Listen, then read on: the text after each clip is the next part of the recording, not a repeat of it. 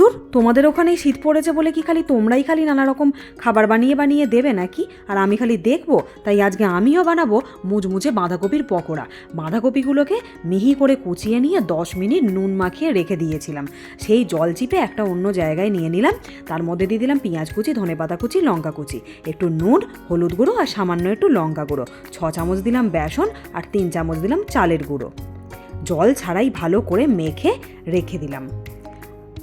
যখন ভাজবো তখন ওর সঙ্গে দিয়ে দিলাম একটা ডিম আরও মুচমুচে হওয়ার জন্য। আরও 5 মিনিট আমি রেখে দিলাম। এদিকে তেলটাকে দিলাম গরম হতে। তেলটা গরম হয়ে গেলেই সব একে একে পকোড়াগুলো লাল লাল করে এপিট ওপিট করে আমি ভেজে নেব।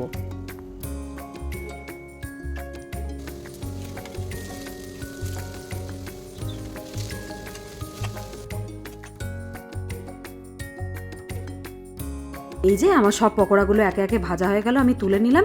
এবার আমি খাই, তোমরা দেখো।